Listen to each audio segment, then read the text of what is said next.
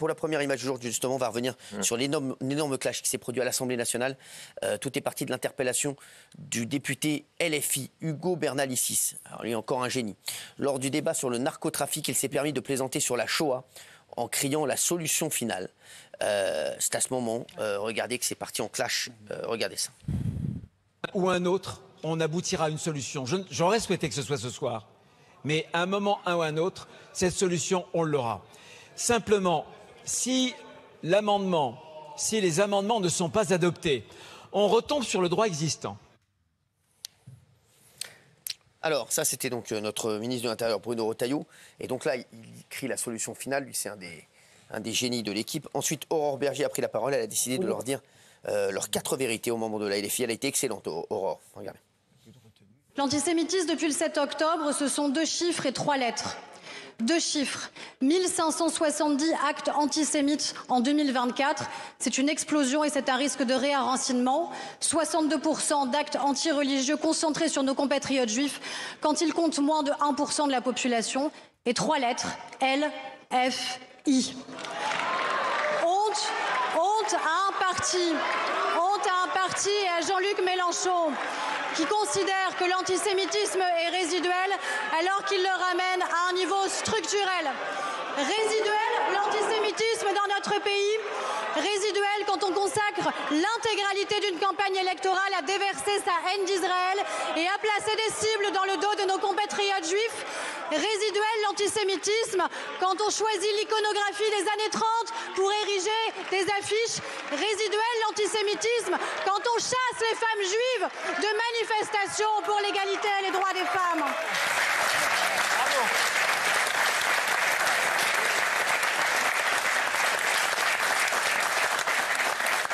Bravo Aurore Berger, formidable Aurore Berger.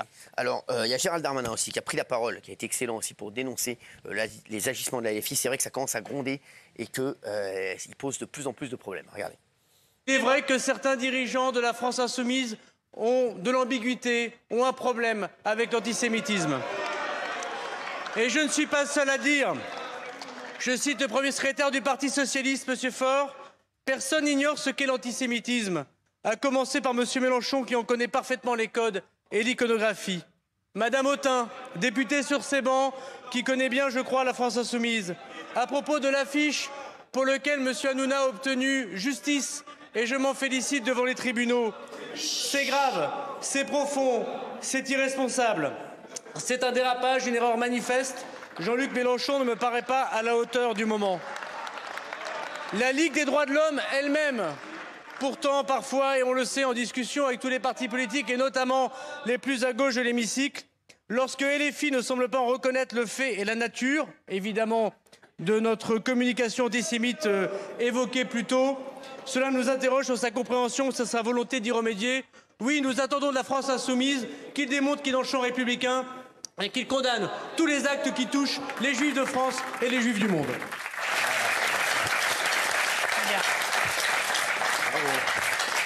Merci à Gérald Darmanin d'ailleurs d'avoir cité et d'avoir repris donc la décision de justice. Merci notre ministre de la Justice. Et Bruno Retailleau a repris la parole. Il a appuyé les propos d'Aurore Berger et il n'a pas été tendre aussi avec la LFI. Regardez. Aujourd'hui, vous l'avez indiqué, l'antisémitisme est de retour, massivement de retour. Les chiffres, Aurore Berger vient de les annoncer il y a quelques minutes. Malheureusement, le visage de l'antisémitisme en France, chez nous, aujourd'hui, il est double. Le premier de ces visages, c'est l'islamisme politique. L'islamisme politique qui est aujourd'hui ce que le fascisme hier était comme un catalyseur de la haine antisémite. Mais aussi l'autre visage, c'est le visage de l'antisémitisme, de l'extrême gauche, des insoumis qui, sous le prétexte de l'antisionisme, instrumentalise notamment la cause palestinienne et attise les relents de l'antisémitisme pour de pures raisons électoralistes. Voilà la vérité. Voilà aujourd'hui la réalité. Quand on pense qu'il y a eu cette affiche qui a été retirée, mais qui s'est excusé pour cette affiche qui dessinait les traits de Cyril Hanouna, en reprenant l'iconographie des années 30. Qui s'est excusé de cette affiche?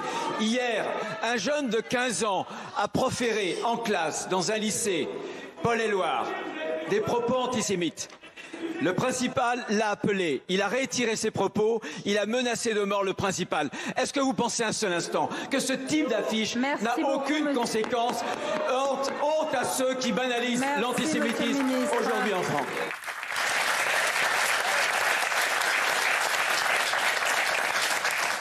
Bravo Bruno Retailleau, une fois de plus à la hauteur de l'événement, une fois de plus. Bruno Retailleau qui vraiment a du courage à chaque fois et qui dit les choses. Bravo à lui, à notre ministre de l'Intérieur. Et c'est vrai que ça devient de plus en plus compliqué, les réunions de l'Assemblée nationale. C'est vrai que c'est compliqué pour tout le monde. On n'est pas trop resté dessus, mais quand le député LFI a parlé de solution finale, ça a complètement sidérant. C'était le projet d'extermination des Juifs dans les camps d'Auschwitz, c'est que c'est dans les camps d'extermination. Et c'est passé crème comme ça. Et après, je suis sûr que Mélenchon serait prêt à dire, mais vous voyez mal partout, c'est juste un mot, il n'y a pas de référence, comme ça, c'est l'extrême droite qui vous manipule, etc. On est venu complètement fou, là. C'est en toute transparence. Mais les Français ne sont pas dupes. Et vous verrez que dans les urnes, je pense qu'en 2027, je vous l'ai dit hier, je pense qu'il passe sous les 10%. Je pense qu'il sera à 9, je le vois à 9, 8, 9, pas plus. Je pense que ça va encore s'effriter. Je pense que ça y est, là c'est la fin de la LFI. Je pense vraiment que c'est la fin de la LFI. Je pense que ça y est, là ils ont franchi toutes les limites. Je pense que c'est fini. Je pense vraiment que même ceux qui étaient les plus gros défenseurs, les plus grands défenseurs de la France insoumise, aujourd'hui vont attendre qu'il y ait un autre candidat qui se présente, mais je pense que c'est la fin de la LFI. Il y a d'ailleurs une petite passe d'armes encore avec Mathilde Panot qui s'est placée en grande défenseuse justement de toutes les causes racistes. C'est incroyable. Fantastique. Monsieur le Premier ministre, vous êtes au pouvoir depuis 7 ans. Quels actes concrets ont été posés pour lutter contre toutes les formes de racisme? Car depuis des semaines, vous engluez notre pays. Submersion migratoire, chasse aux femmes portant le voile. Vous n'avez rien à dire, ni sur les saluts nazis et le jeu antisémite de l'UNI, ni sur les 15 députés RN dans des groupes Facebook qui appellent à tuer les personnes noires et arabes de ce pays. À présent, votre gouvernement assène ce que Marine Le Pen n'a même plus besoin de dire. À ce jeu-là, vous serez toujours perdant. Nous refusons qu'un prétendu choc de civilisation disloque la France. C'est pourquoi nous étions des centaines de milliers samedi dernier contre le racisme et contre l'extrême droite pour garantir et défendre ce dont nous avons résolument besoin, l'unité populaire. Alors, centaines de milliers. Centaines de milliers, mais c'est comment on peut mentir comme ça? C'est pas possible. C'est insupportable. Ils mentent en plus. C'est insupportable d'entendre ça. Ces propos ont bien fait rire François Bayrou, qu'il a bien remis à sa place. D'ailleurs, il a été très bon, François Bayrou. Regardez. Il se trouve que ces propos justes sont en contradiction avec un certain nombre d'attitudes, de propos, de publications d'affiches qui vont directement à l'inverse de ce que vous affirmez. Et la chose que je veux dire au nom du gouvernement, c'est que pour nous, il n'est pas question de laisser la moindre place venant de quelque banc que ce soit, de quelque fraction que ce soit et de quelque faction que ce soit pour prendre en cible des Français, des concitoyens, des femmes et des hommes qui vivent dans notre peuple et sur notre sol. Et c'est pourquoi nous sommes sans la moindre faiblesse, sans le moindre laxisme en face de ces attitudes. Et j'espère que la question que vous avez posée permettra désormais que dans vos rangs, il n'y ait pas les attitudes et les actes que vous avez signalés et soumis. La République, c'est notre raison d'être et nous ne laisserons personne la mettre en cause.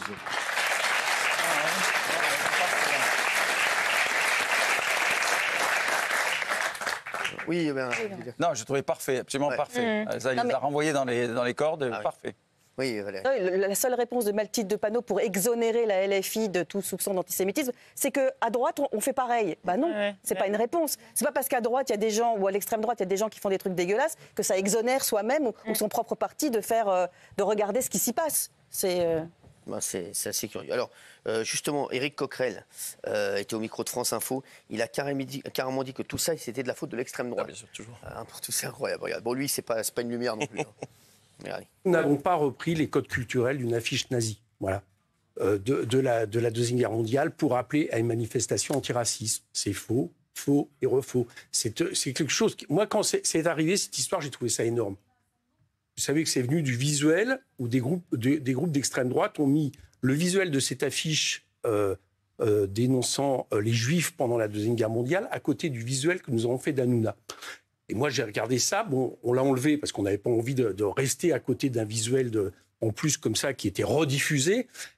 Et très franchement, j'ai été étonné quand j'ai commencé à entendre des médias reprendre le discours de l'extrême droite. Donc vous, il ne vous a pas choqué du tout. Et c'est pas le problème de choquer. Le problème, c'est que Jean-Luc Mélenchon, il dit qu'elle n'est pas du tout antisémite. Je vous réponds, nous n'avons pas. Est-ce que vous imaginez 2 secondes que la plus grosse formation de gauche dans ce pays, qui a fait de la lutte contre tous les racismes, y compris l'antisémitisme, quelque part, un de ses principes de base, qui appelle à une manifestation antiraciste, va reprendre les codes culturels d'une affiche nazie de la Deuxième Guerre mondiale qui dénonce les Juifs? Non, oui, oui. Ben oui, tout à fait. Il se fiche du monde. Hein. Ah, mais c'est délirant. Bientôt, il va dire que c'est l'extrême droite qui a imprimé l'affiche. Il aurait redonné sous le palier. Non, mais je trouve que la journaliste, c'est un peu léger, la contradiction, pardon, mais je suis choquée même par son silence. Elle le laisse dérouler, elle ne coupe même pas pour dire oui, mais attendez. Ah non, c'est bien qu'il le laisse parler, parce que là, tu prends la pleine mesure de ce qu'il dit, justement. C'est ce qu'a dit Valérie, alors même que Rima Hassan... Alors justement, là, regardez Rima Hassan.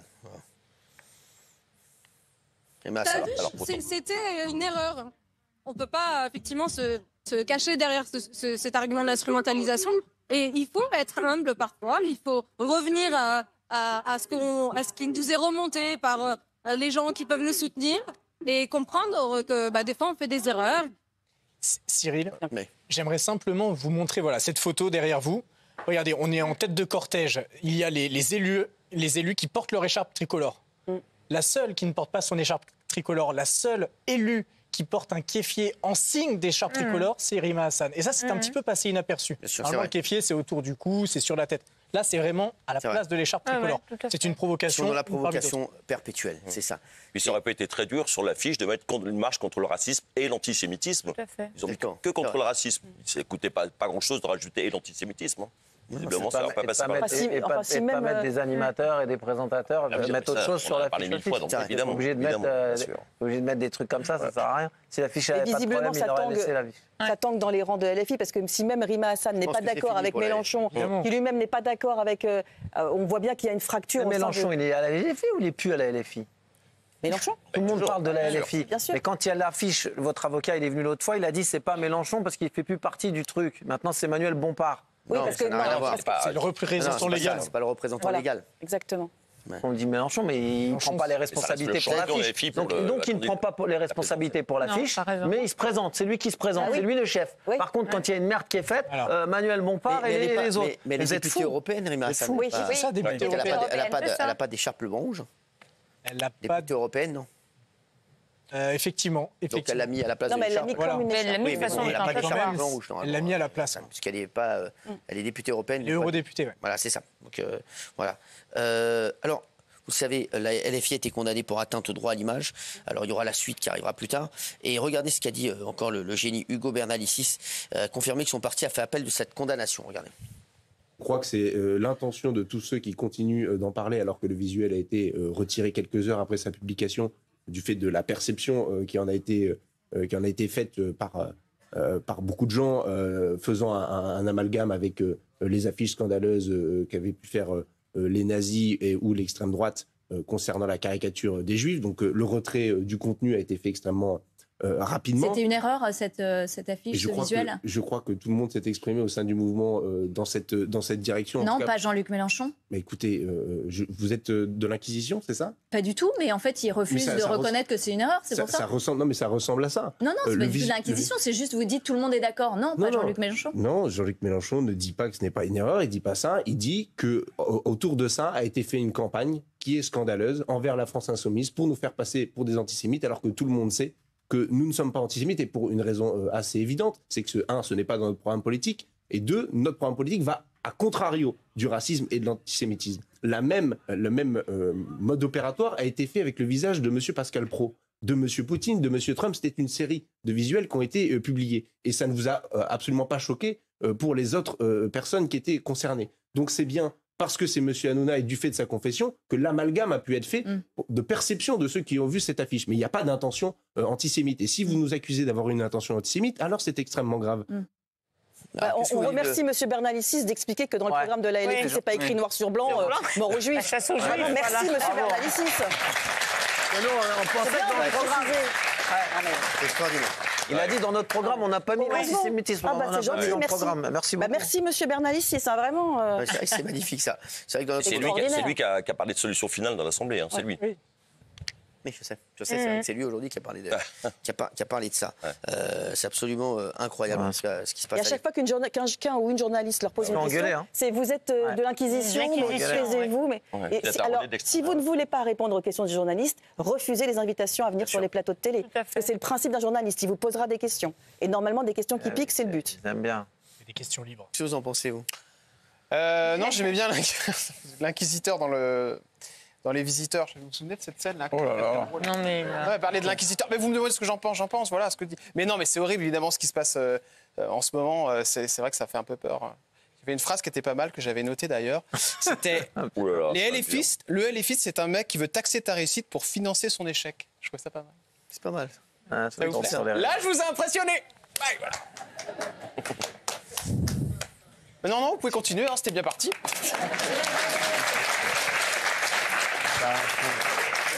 Ça fait du bien, on respire un champion. Elle est pas mal. C'est une bouffée d'oxygène. C'est une bouffée d'oxygène. C'est vrai que c'est une bouffée d'oxygène. C'est une bouffée d'oxygène, mais attention. Allez, t'es dans l'eau, t'as pas besoin de bouteille. H2O. Merci. Oui, merci. On fait une petite pause de 2 minutes. Il y a Big Laoui qui arrive, Michel Marie également. À tout de suite.